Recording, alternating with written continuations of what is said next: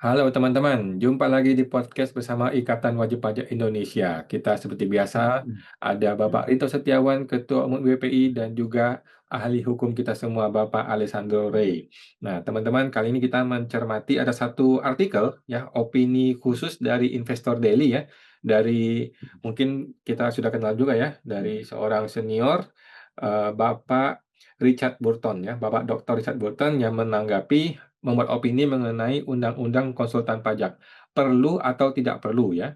Mungkin saya bacakan ini dulu deh. Persoalan pajak adalah persoalan hukum, tidak mudah dipahami. Norma undang-undang pajak kerap dinyatakan jelas, padahal tidak jelas, alias ambigu atau kabur, vagueness. Normanya kerap menimbulkan lebih dari satu makna atau ambigu. Nah, teman-teman mungkin baca sendiri ya. Ini ada di Investor Daily. Teman-teman silakan dibaca sendiri. Nah, kita pengen minta pendapat dari Pak Rey ya, selaku ahli hukum di dunia pajak. Perdebatan mengenai undang-undang konsultan pajak kan sudah dari puluhan tahun yang lalu nih Pak, sampai sekarang nggak kelar-kelar. Kita nggak tahu masalahnya apa, eh, kadang-kadang dicegah oleh Menkeu-nya, kadang-kadang dicegah oleh DJP-nya, kadang-kadang DPR-nya, apalah alasannya macam-macam ya. Kita sih wajib pajak ya enjoy-enjoy aja, ya. Wajib pajak tidak merasa terpengaruh, tapi mungkin di level para praktisi menjadi sesuatu yang sensitif nih bagi mereka. Nah, bagaimana Pak Rey menanggapinya dari sisi hukum pajak? Silakan Pak Rey. Terima kasih Pak Wan, Pak Rinto. Ini Hmm. menarik kembali untuk dikaji ya. Dan ini sudah menjadi perdebatan tiada henti. Ya, mungkin sejak organisasi konsultan pajak berdiri ya 60 tahun yang lalu katanya begitu ya. Organisasi konsultan pajak yang paling tua sampai sekarang masih membahas mengenai undang-undang konsultan pajak. Tapi secara khusus sesi hari ini saya akan memberikan pendapat sehubungan dengan komentar penulis ya yang sudah kita kenal secara bersama. Ya, beliau Dr. Richard Burton menulis mengenai urgensi Undang-Undang Konsultan Pajak. Ya. Nah, perlu saya sampaikan terlebih dahulu ya sebelum saya memberikan pendapat mengenai tulisan beliau, saya perlu menyampaikan Pak Rinto dan Pak Awan bahwa konsultan pajak itu menurut saya bukan profesi karena tidak pernah disebutkan dalam undang-undang manapun. Ya, tidak ada undang-undang HPP menyebutkan konsultan pajak profesi. Hmm. Undang-undang KUP juga tidak menyebutkan itu. PMK juga secara khusus tidak menyebutkan frase profesi. Ya, tapi PMK 229 triple 1 menyebutkan tentang konsultan pajak.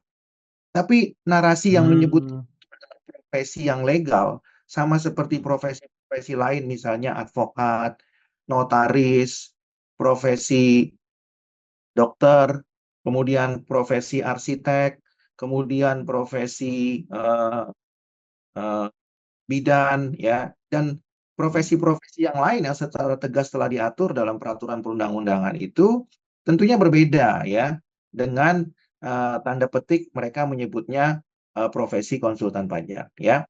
Nah, oleh karena itu saya perlu menyampaikan bahwa yang dimaksud dengan profesi dalam Undang-Undang HPP ya maupun Undang-Undang KUP itu adalah kuasa wajib pajak. Itu sudah jelas sekali bunyinya di pasal 2 angka 9 Undang-Undang HPP dan pasal 32 ayat 3A Undang-Undang KUP. Nah, sangat disayangkan Pak Awan dan Pak Rinto Ya. ya, ketika pemeriksa pajak atau pemeriksa bukper yang ada di lebih dari 250 KPP ya termasuk 34 kanwil, termasuk satu kantor pusat di Republik ini, ketika bertemu dengan kuasa wajib pajak, yang ada di benak mereka itu adalah bahwa kuasa wajib pajak sama dengan konsultan pajak. Sudah jelas di dalam penjelasan pasal 2 angka 9 Undang-Undang HPP ya yang mengenai perubahan pasal 32 ayat 3A Undang-Undang KUP, yang dimaksud dengan kuasa itu adalah konsultan pajak dan pihak lain yang punya kompetensi. Sementara PMK-nya yang mengatur mengenai konsultan pajak sudah ada, PMK 229 dan triple 1. Namun PMK mengenai pihak lain itu belum ada, ya. Tapi yang saya mau katakan, profesi itu namanya kuasa wajib pajak. Siapa mereka? Cuma ada dua, konsultan pajak dan pihak lain. Jadi tidak bisa disebutkan konsultan pajak sebagai profesi. kalau menyebutkan konsultan pajak sebagai profesi, maka kita juga harus secara berimbang di mata hukum menyebutkan pihak lain juga profesi, ya. Tapi kalau ditanya profesinya apa? Pihak lain bisa saja mereka menyebutnya apa? Praktisi pajak, ya. Tapi secara undang-undang di dalam penjelasannya tidak pernah menyebutkan bahwa secara khusus konsultan pajak adalah profesi. Yang ditegaskan di dalam batang tubuhnya adalah kuasa wajib pajak. Nah, jadi saya harus mengatakan seharusnya yang menjadi profesi adalah kuasa, ya. Siapa itu? Ya, latar belakangnya boleh konsultan pajak, boleh pihak lain. Pihak lain siapa? Boleh akuntan publik, boleh advokat, boleh notaris, boleh arsitek, ya, boleh dokter, sepanjang punya kompetensi. Ya.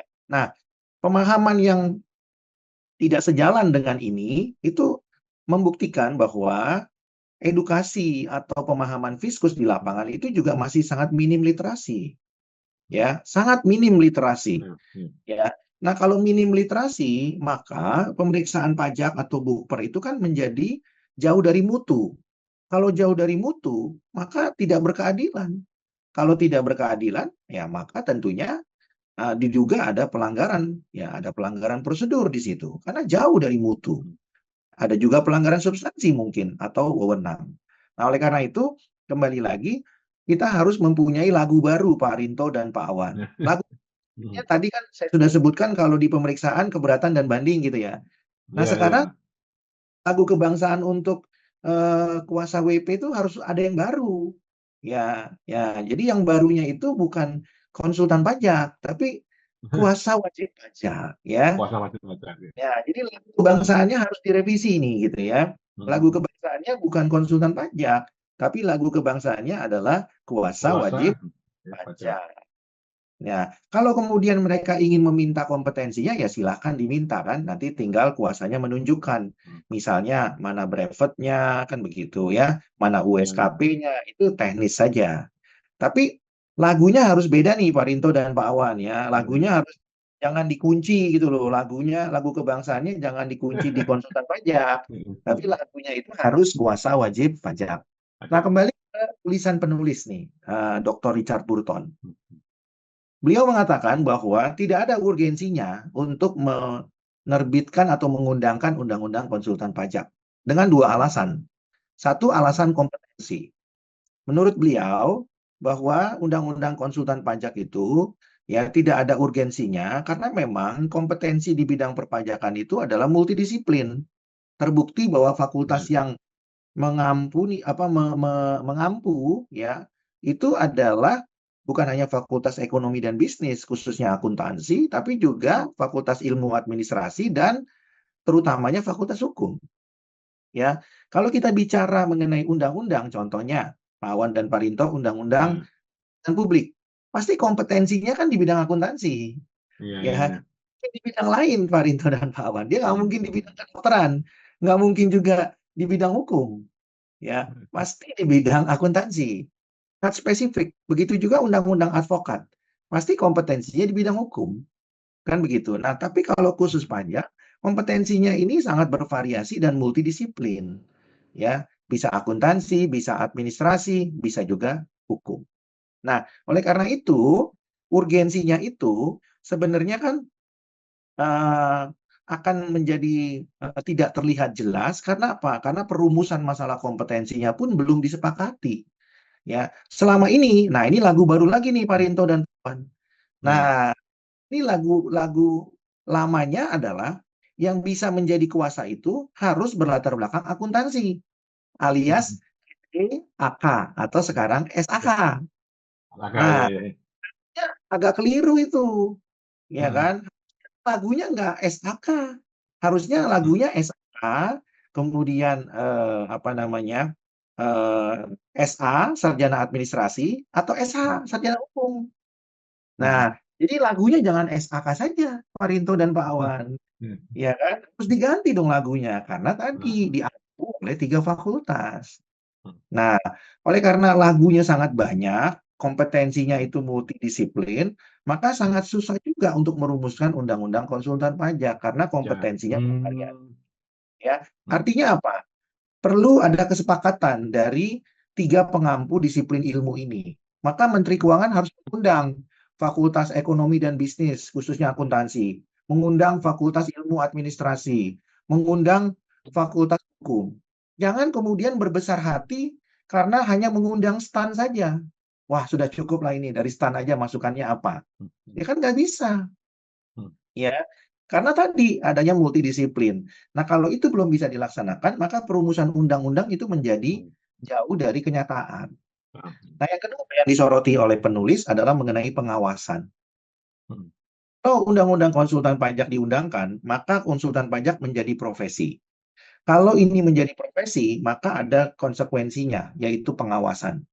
Pengawasannya bagaimana? Tentu pengawasannya kan harus ada, ya, pengawasan dari organisasi. Dan pengawasan itu tidak bisa kemudian menjadi tebang pilih. Kenapa demikian? Karena begini, Pak Rinto dan Pak Awan. Kita tahu ada 4 organisasi konsultan pajak di negara kita. Dan ternyata berdasarkan penelusuran daripada kami ya di P5I, ternyata ada konsultan pajak yang sudah jadi terpidana tetap bisa praktek. Nah, pertanyaannya, di mana pengawasannya kalau itu adalah benar-benar profesi yang diatur dalam undang-undang?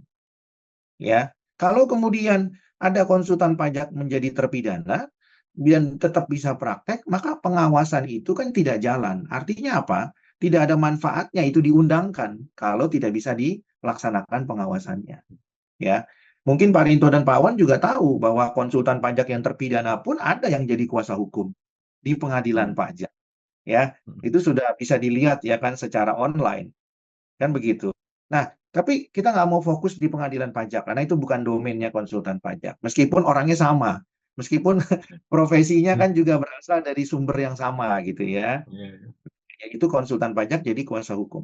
Tapi yang saya mau katakan, pengawasannya juga belum maksimal. Kalau mau diundangkan, pengawasannya harus maksimal. Ya.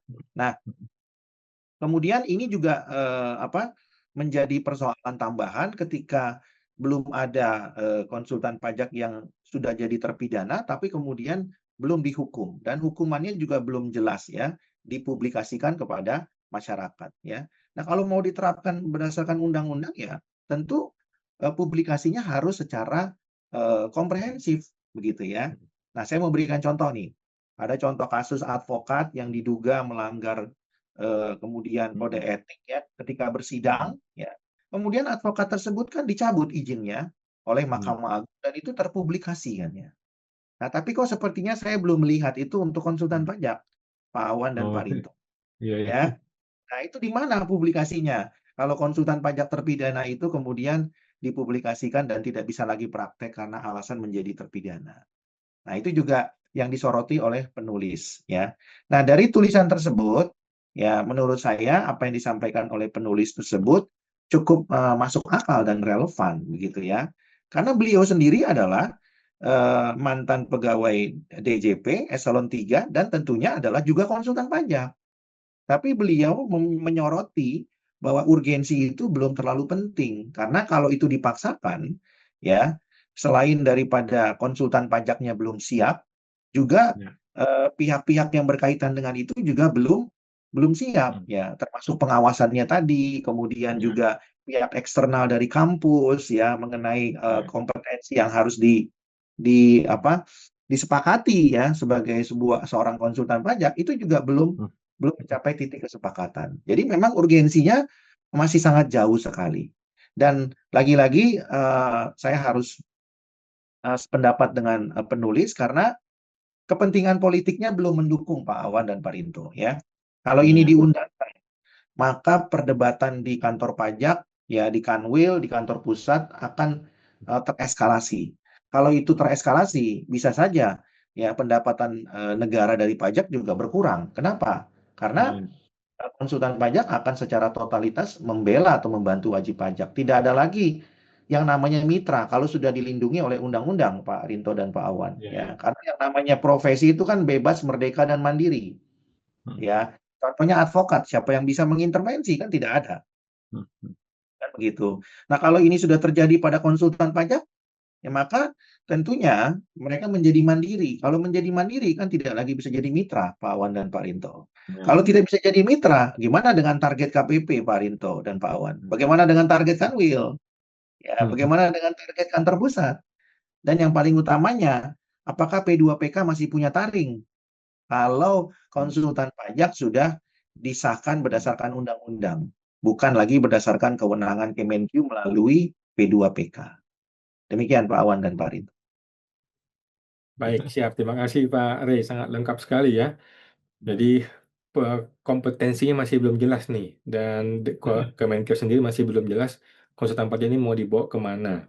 Nah, silakan sekarang minta informasi dari Pak Rinto nih, bagaimana pendapat IWPI mengenai undang-undang konsultan pajak yang masih belum tahu arahnya nih Pak. Ya, terima kasih Mas Awan, Pak Are. Kalau saya sebagai wajib pajak, Mas, ya, sebagai pengusaha, Mas, sangat-sangat tidak setuju, Mas, memang dengan adanya undang-undang konsultan pajak, Mas. Karena apa, Mas? Gini, Mas, pajak itu kalau nanti ada undang-undang tentang pajak, pajak akan dibuat semakin rumit, gitu, Mas. Jadi kita wajib pajak mau bayar pajak, kita malah nggak bisa, kita tergantung orang lain, kan konyol, Mas. Gitu, Mas. Jadi kalau bisa memang undang-undang konsultan pajak ini tidak usah saja, Mas. Tinggal tugasnya negara, pemerintah bersama dengan DPR membuat aturan yang sederhana dan mudah dijalankan. Nanti yang diperlukan wajib pajak ini, Mas, adalah kuasa hukum pajak yang mau mendampingi saat ada sengketa di dunia perpajakan, Mas. Kalau ada nanti undang-undang konsultan pajak, nanti negara malah kesulitan lagi, Mas, mencarikan pekerjaan orang-orang konsultan pajak ini, Mas. Antara nanti gimana nanti? Oh, berarti aturan pajaknya harus semakin diperumit biar jadi proyek lagi, Mas. Jadi proyek kajian, jadi proyek sosialisasi. Itu yang terjadi, Mas. Di dunia saya pengadaan barang dan jasa pemerintah, Mas, ternyata, Mas, yang saya kaget, ternyata orang-orang ini senang kalau aturan semakin rumit, Mas, karena jadi proyek lagi, Mas, untuk sosialisasi aturan baru. Padahal cuma dirubah pasal beberapa pasal aja udah ada atau penerbitan perlan ketua LKPP, atau ini kalau dalam hal ini misalkan peraturan dirjen pajak, itu kan nanti jadi proyek sosialisasi, Mas. Akhirnya kan wajib pajaknya, loh, ini sebenarnya pajak ini untuk wajib pajak biar gampang bayarnya, atau memang hanya untuk nggak butuh uangnya wajib pajak, kan gitu, Mas. Seperti itu, Mas Awan. Jadi aturan pajak harus disederhanakan. Jadi kalau sudah sederhana, tidak diperlukan konsultan pajak, wajib pajak semaksimal mungkin bisa melaporkan pajaknya sendiri. Nah, tugasnya diaktifkan lagi di KPP, Mas, ya, untuk apa, konseling itu, Mas, ya, AR itu untuk konseling itu biar semakin mudah. Dan yang diperlukan wajib pajak adalah nanti saat terjadi sengketa, Mas Awan, itu di sengketa perpajakan itu dibutuhkan kuasa hukum pajak, itu seperti itu, Mas Awan. Oke, baik, siap. Terima kasih informasinya Pak Rinto ya dan Pak Rey. Ya. Mudah-mudahan ada jalan terang mengenai masalah undang-undang konsultan pajak ini. Baik, makasih Pak Rey, makasih Pak Rinto. Kita jumpa lagi Pak di podcast berikutnya Pak. Makasih Pak. Oke, Mas. Terima kasih.